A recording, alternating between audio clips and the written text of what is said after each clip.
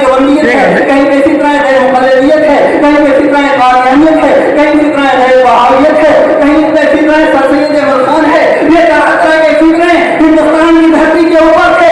ان سارے فطروں کے لیے اللہ تبارک و تعالیٰ نے ہندوستان کی دھرتی کے اوپر ایک ایسے مجاہد اعظم کو، مجدد اعظم کو بریلی شریف کی دھرتی میں پیدا کیا جس نے ہر فطرے کا منہ توڑ جواب دیا ہے۔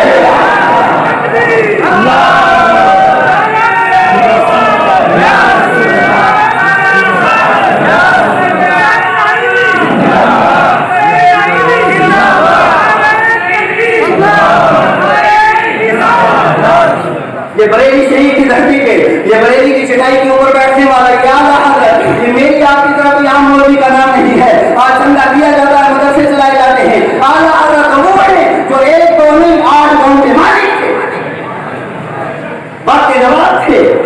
اللہ تبارک و تعالیٰ نے خاندانی وجاہت میں عطا فرمائی تھی۔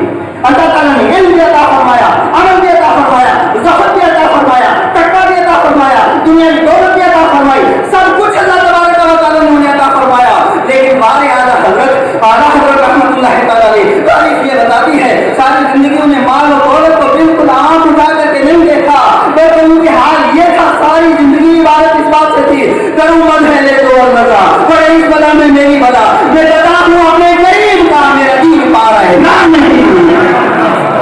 حضرت گرامی اعلیٰ حضرت ایک جملہ مجھے یاد آتا ہے۔ اعلیٰ حضرت سے کسی نے کہا تھا حضور والا آپ کی تحریر میں تھوڑی سی شدت ہے، آپ کی تحریر میں تھوڑی سی سختی ہے، اگر آپ شدت کم کر دیں، سختی کم کر دیں، لوگ پڑھیں گے۔ اعلیٰ حضرت کے آنکھوں سے آنسو جاری ہو گئے۔ کہا مجھے یہ مشورہ دے رہے ہو کہ میں شدت کم کر دوں؟ میرے پاس تلوار نہیں ہے، آج کے حساب سے میرے پاس گولی نہیں، AK-47 نہیں ہے، اور میرے پاس تلوار نہیں ہے، لیکن قلم کا تلوار اللہ تبارک و تعالیٰ نے عطا فرمایا ہے۔ میں شدت اس لیے کر رہا ہوں تاکہ یہ لوگ گالیاں میرے مصطفیٰ کو نہ دے، احمد رضا کا سینہ حاضر ہے۔ اللہ کی گرامی اعلیٰ حضرت تحریک ناموس رسالت کا نام ہے۔ یا الہی مسلک احمد رضا زندہ باد، حفظ ناموس رسالت کا جو ذمہ دار ہے، یہ ناموس رسالت کے پہریدار کا نام امام محمد رضا ہے، ناموس رسالت کی تحریک کا نام امام محمد رضا ہے، ناموس رسالت کی تنظیم کا نام امام محمد رضا ہے، ناموس رسالت کے اوپر سب کچھ قربان کرنے والے مرد کلندر کا نام آتا ہے۔ اعلیٰ حضرت رحمۃ اللہ تعالی علیہ نے جب محاذ کھولا تو محاذ ایک نہیں تھا، قادیانیت سے بھی لڑنا تھا، آریہ سے بھی لڑنا تھا، اور مذہبوں سے بھی لڑنا تھا، بے دینوں سے بھی لڑنا تھا، انگریزوں سے بھی لڑنا تھا، نادانوں سے بھی لڑنا تھا، قوم کی اصلاح بھی کرنی تھی۔ تو یہ تنہا شخص جب میدان میں آیا تو انہیں فوج کی ضرورت تھی، اعلیٰ حضرت کو ایک فوج کی ضرورت تھی۔ تو اللہ تبارک و تعالیٰ نے ایسا کرم فرمایا، من کان للہ کان له، جو اللہ کا ہو جاتا ہے پھر اللہ اس کا ہو جاتا ہے، اور ضرورت ہوتی ہے افراد کی۔ اللہ تبارک و تعالیٰ نے ان کو ایسے افراد عطا فرمائے، ایسے افراد عطا فرمائے کہ جو ہر محال کے اوپر ڈٹے رہیں گے۔ وہ افراد کون تھے؟ وہ صدر الشریعہ تھے، مفتی اعظم تھے، حجت الاسلام تھے، علامہ ظفر الدین بہاری تھے، علامہ مختار احمد تھے، علامہ عبدالعلیم تھے، اور ان کے علاوہ بہت بڑی تعداد تھی یہ فوج کی اعلیٰ حضرت کی۔ اور اس فوج میں سپر سالار اعظم کا نام صدر اللہ فاضل، صدر اللہ فاضل حضرت علامہ نعیم الدین مراد آبادی ہے۔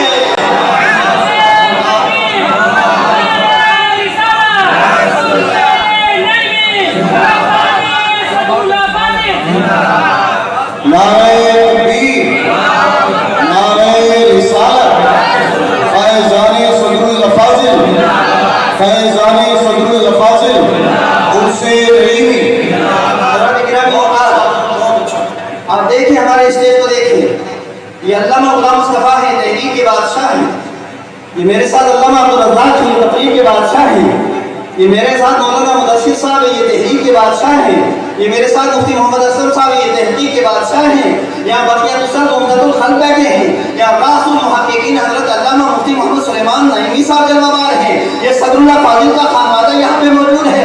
میں اس ذمہ دار اسٹیج سے آپ تک پیغام پہنچانا چاہتا ہوں دیکھیے کہ بہت سی شخصیات ایسی ہیں جو تدریس کے اندر مشہور، کوئی تقریر کے اندر مشہور، کوئی خطاب کے اندر مشہور، کوئی مناظرے کے اندر مشہور، کوئی تحریک کے اندر مشہور، کوئی تحریک کے اندر مشہور، کوئی تنظیم کے اندر مشہور، کوئی مدرسہ بنانے کے اندر مشہور، لیکن وارث صدر اللہ فاضل رحمۃ اللہ تعالیٰ علیہ کی حیثیت اور علماء کے درمیان ایسی ہے جیسے ستاروں کے درمیان چاند کی حیثیت ہے۔ اب دیکھیں صدر اللہ فاضل کو کس جہت سے دیکھیں گے، آئیے ذرا پہلے ان کے علم مقام دیکھیں۔ حضرت میں ہر دن مغرب کے بعد قرآن حکیم کی تفسیر سناتا ہوں پابندی سے، اور درس قرآن کو عام سے عام تک کرنے کی ضرورت بھی ہے۔ میری علماء سے گزارش ہے کہ یہ سلسلہ عام کرنے کی ضرورت ہے۔ آج حالات بگڑ چکے ہیں، سوشل میڈیا کا دور ہے، جیسے ابھی غلام مصطفیٰ صاحب فرما رہے تھے۔ آج جاہل قسم کے لوگ سورہ زیتون کی جنہیں ترتیب نہیں آتی، بسم اللہ الرحمن الرحیم کا جسے معنی معلوم نہیں، وہ بھی سوشل میڈیا کے اوپر بیٹھ کے بک کرتا نظر آتا ہے۔ اور باہر ہماری سنی سیدھی سادی قوم یہ بھی ان سے کہے اس کے فالوت بن جاتے ہیں، نہیں جناب والا ٹھیک ہی کہتا ہوگا۔ ایسی حالات میں علماء کی ذمہ داری ہے، اس سے کہ علماء طبیب کا نام ہے، جب مرض بڑھتا جائے طبیب آنکھیں بند کر لے، طبیب مجرم ہوگا۔ درس حدیث کو عام کرنے کی ضرورت ہے، درس قرآن کو عام کرنے کی ضرورت ہے۔ اس پیغام کے ساتھ میں عرض کروں گا، حضرت جس وقت میں درس قرآن دیتا ہوں کتب تفاسیر کی طرف مراجعت کرنی پڑتی ہے، اور بہت سی اردو تفاسیر ہیں، اور انہی میں ایک تفسیر ہے خزائن العرفان، اس کا نام خزائن العرفان، علم و معرفت کا خزانہ۔ جب ہم نے خزائن العرفان کا مطالعہ کیا اور میں ادا وجہ البصیرہ کہہ رہا ہوں کہ میں نے اردو تفاسیر جتنی بھی ہیں، جتنی تفاسیر ہیں اردو کی بالاستیاب نہیں، لیکن تھوڑا تھوڑا ہم نے انہیں دیکھا ہے۔ ایک مضمون کو کسی مفسر نے 2 صفحے میں لکھا، کسی مفسر نے اسی مضمون کو 10 صفحے میں لکھا، کسی نے 8 صفحے میں لکھا، اور اسی مضمون کو حضور صلی اللہ فاضل نے 4 لائنوں میں سمیٹ دیا ہے۔ اور جس میں میں نے بہت سی کتب تفاسیر کو دیکھا، ان ساری کتب تفاسیر کے اندر خزائن العرفان کی حیثیت وہی ہے جو متن کی حیثیت جی۔ اور پھر میں یہ بھی عرض کرتا چلوں، حضور صلی اللہ فاضل رحمۃ اللہ تعالی علیہ یہ وہ مفسر قرآن ہیں، کنز الایمان یہ دیر ہے تو صدر شریعت، یہ اعلیٰ حضرت کے جو 2 خلیفہ ہیں نا، آفتاب و ماہتاب، صدر الشریعہ اور صدر اللہ فاضل، اس صدر الشریعہ نے بہت زیادہ اصرار کیا کہ حضور والا بڑے غلط قسم کے ترجمے چھپ رہے ہیں، آپ دیکھتے ہیں ان کے اصرار پہ اعلیٰ حضرت نے کنز الایمان جب تحریر فرمایا، قرآن حکیم کا ترجمہ کیا، اب تفسیر دیکھنے کی ضرورت تھی تو اعلیٰ حضرت کی نظر انتخاب جس شخصیت کے اوپر پڑی اور جس شخصیت کو آپ منتخب فرمایا اس کا نام کوئی اور نہیں، صدر اللہ فاضل فخر العلماء سے ہے، اور انہوں نے لکھنا شروع کر دیا۔ اور میں ایمانداری سے کہتا ہوں، جس طریقے سے کنز الایمان کا کوئی جواب نہیں، اسی طرح خزائن العرفان کا کوئی جواب نہیں۔ اور پھر علم تفسیر کے ساتھ حضور صلی اللہ فاضل کو جو لگاؤ تھا اس کا آگے اثر دیکھیے۔ صدر اللہ فاضل کے ایک شاگرد ہیں جن کا نام ہے ابو الحسنات، مفتی اعظم پاکستان علامہ محمد احمد قادری، انہوں نے تفسیر حسنات 8 جلدوں میں لکھی، اور انہیں کے ایک شاگرد ہیں جن کا نام ہے پیر کرم شاہ الازہری، انہوں نے قرآن حکیم کی تفسیر بھی لکھی، بہت سے کتب تفاسیر کا ترجمہ بھی کیا ہے۔ حضور صلی اللہ فاضل ہی کا ایک لگایا ہوا چمن وارث صدر اللہ فاضل، صدر اللہ فاضل کے ایک شاگرد کا نام ہے حضرت علامہ مفتی محمد نعیم، حضرت مفتی نعیم، حضرت مولانا مفتی محمد حسین نعیمی رحمہ اللہ، یہاں سے تشریف لے رہے، لاہور کی دھرتی میں جا کر کے بیٹھے، وہاں پہ دارالنعیمیہ انہوں نے قائم کیا ہے، اسی دارالعلوم نعیمیہ کے پروردہ اور مفتی صاحب کے نعیم، مفتی صاحب کے شاگرد، یعنی حضور صدر اللہ فاضل کے شاگرد تھے علامہ غلام حسن سعیدی، اور انہوں نے تفسیر تبیان القرآن بھی لکھی ہے، اور تبیان الفرقان 2 تفسیریں انہوں نے لکھی ہیں۔ یعنی آپ صدر اللہ فاضل کا آپ دیکھیے کہ یہ شجرہ علم کو آپ دیکھتے چلیے، تفسیر حسنات صدر اللہ فاضل کے شاگرد کی دین، ضیاء القرآن صدر اللہ فاضل کے شاگرد کی دین، اور اس کے علاوہ تبیان القرآن صدر اللہ فاضل کے شاگرد کی دین، تبیان الفرقان صدر اللہ فاضل کے شاگرد کی دین ہے، اور اسی طریقے سے بہت سی کتب تفاسیر جو ہند و پاک کے اندر لکھی گئی ہیں، بلا واسطہ اگر انہوں نے فیض پایا ہے صدر اللہ فاضل سے پایا ہے۔ حضرت گرامی وقار تفسیر کے اندر. اور حضرت میں آپ کو ایک مزے کی بات سناتا ہوں. جو مفسر ہوتا ہے اور جو درس قرآن دیتا ہے